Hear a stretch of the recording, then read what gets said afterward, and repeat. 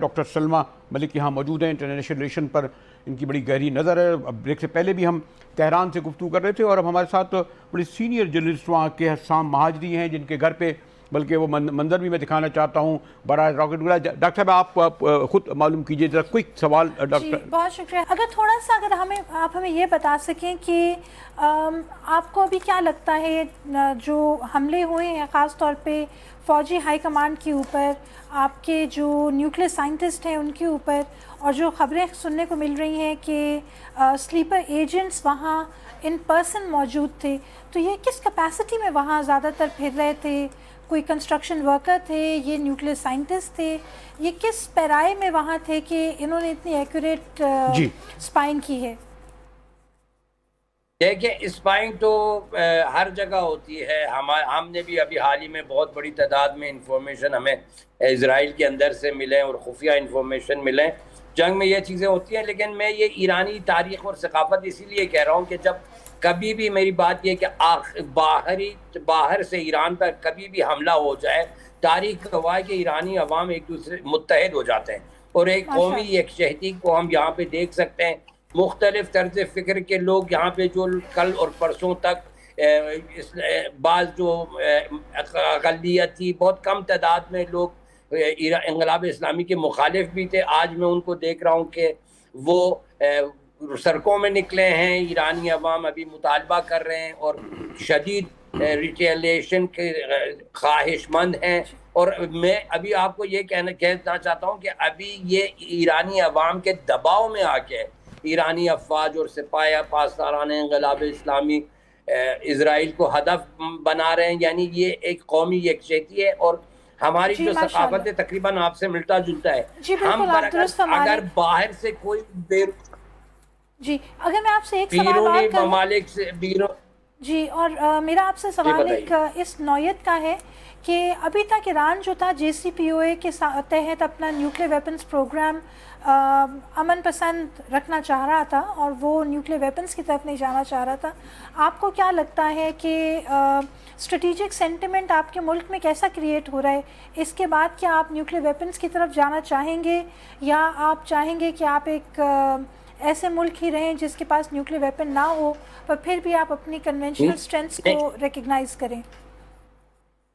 لیکن رہبر معظم انقلاب اسلامی کے فتویٰ کے باوجود کہ انہوں نے منع کیا تھا، ابھی ایران کی تہران کی سڑکوں میں، ایران کی مختلف سڑکوں میں عوامی مطالبہ اس بات پر ہے کہ ہمیں چاہیے کہ جلد از جلد اپنا جو نیوکلیئر کیپیبلٹیز ہے اس کو دنیا کو دکھائیں، کیونکہ جب ہم بات چیت کے ذریعے، مذاکرات کے ذریعے ان کو نہیں منوا سکتے ہیں تو ہم پر یہ فرض ہے۔ آپ کو پتہ ہے نا 60% افسودگی یہاں پر ہے، اور خود آئی ہم سے بہتر جانتا ہے، وہ آرگنائزیشن اور امریکہ وغیرہ سب جانتے ہیں۔ لیکن ایک اور بات ہے کہ اساتذہ ایک حوالے جو بلکہ شیئر بھی کروں گا کہ اب جو ہے جیسے پاکستان بڑا کریڈٹ دیتے ہیں ٹرمپ کے، میں نے پاک انڈیا جنگ رکوائی، اب ایک بار وہ کہہ رہے ہیں کہ میں پھر سالسی ادا کروں گا۔ بڑی مکاری اور چالاکی سے سب کو علم ہے کہ اسرائیل بغیر ان کی سرپرستی کے، گائیڈنس کے، ہتھیار کے، عسکری مالی امداد کر ہی نہیں سکتا تھا۔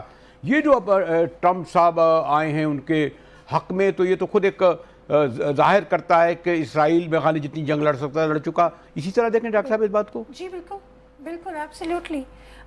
ایک تو اسرائیل نے ان کو یہ شاید آئیڈیا دینا تھا، اور دنیا کو انہوں نے یہ آئیڈیا دینا تھا کہ ہم ان کو اسکول کر سکتے ہیں ایران کو، اور دوسری چیز یہ تھی کہ اگر رجیم کرمبل کر جاتی ہے تو پھر ہمارے پاس ایک راستہ بنتا ہے آگے نکلنے کا۔ آپ کیا فرماتے ہیں حسام صاحب اس کے بارے میں؟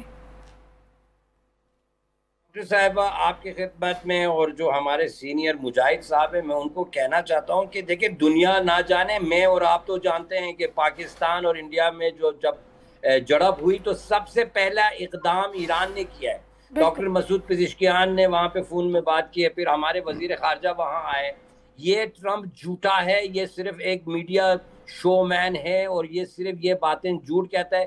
یہ جنگ خود ٹرمپ نے شروع کی، اور ہندوستان اور پاکستان کے اندر بھی جو ہے وہاں پہ یہ جو باتیں میں کہہ رہا ہوں، فیلڈ مارشل عاصم منیر کی باتیں کر رہا ہوں، شہباز شریف صاحب کی باتیں کر رہا ہوں کہ ایران نے ثالثی کی ہے۔ ٹرمپ کوئی ایسا، وہ صرف مفت میں اپنے لیے کریڈٹ لینا چاہتا ہے۔ یہ جنگ خود ٹرمپ نے کروایا ہے، یعنی اسرائیل بذات خود ایران کو نشانہ نہیں بنا سکتا.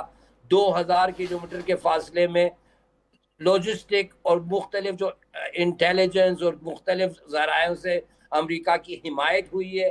اور میں آپ کو یہ کہنا چاہتا ہوں کہ ٹرمپ جھوٹا ہے. اب ہمارا جو یہاں پہ مطالبہ ہے، یعنی جو عوامی مطالبہ یہ ہے کہ حتیٰ کہ جن ممالک میں امریکہ کے بیسس ہے ان کو بھی نشانہ بنانا. لیکن حسان صاحب ایک جو بات حسان صاحب سوری ٹو سے یہ بات ہم لوگوں کو تشویش کا باعث بھی ہے اور آپ کے لیے اس سے زیادہ ہوگی کہ اس سے پہلے بھی انہوں نے اتنی دور سے ایکوریٹ حملہ کیا جس میں حماس کے رہنماؤں کی شہادت ہوئی.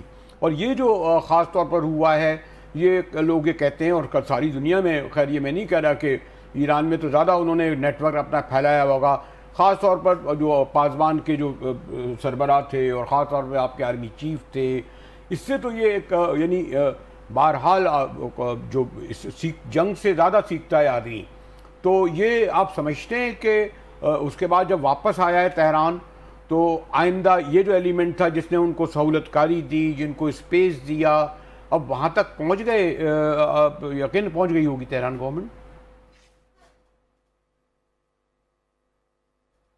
میں آپ کو آپ کی خدمت میں یہ عرض کرنا چاہتا ہوں کہ اس راستے میں ہم نے قربانیاں بہت دی ہیں. صدر رجائی اور وزیر اعظم باہنر اور ڈاکٹر جو ہمارا عدلیہ کے سربراہ ڈاکٹر بہشتی اور جنرل سلیمانی، جنرل سیاد شیرازی، ہزاروں کی تعداد نے ہم نے صرف کمانڈروں کی شہادت دی ہے. پوری دنیا ہمارے سامنے کھڑا ہے. آپ دیکھیں یہ اسرائیل، امریکہ اور مغربی ممالک دنیا کی، یہ تو سب سے بڑی طاقت اپنے آپ کو سمجھتے ہیں. ہمیں اس بات کا فخر ہے کہ ہم سب سے بڑی طاقتوں کے ساتھ ہاتھ میں ہاتھ ڈال کے لڑ رہے ہیں. یہ ہمارے لیے باعث افتخار و اعزاز ہے. آپ دیکھ رہے ہیں 47 سالوں سے، یعنی 47 ایئرز سے جو یہاں پر انہوں نے جو جارحیت کی ہے، جو پابندیاں عائد کی ہے، یہ جو ہے پرچم زمین پر گرنے والا نہیں ہے، علم کو دوسرا کمانڈر اٹھا لے گا. ٹھیک ہے حسان صاحب، آپ ہمیں احساس ہے کہ آپ تہران میں ہیں، آپ کے وہاں پہ گھر پہ بھی اس متاثر ہوا، اور آپ کا اور اس سے پہلے جو گفتگو ہو رہی تھی جو تجزیہ نگار ہیں، اینالسٹ ہیں، جرنلسٹ ہیں، اور ہم نے کیونکہ ہم بھی اس وار کو دیکھ چکے ہیں بھی قریب سے، اس سے رہتے ہیں. تو شکریہ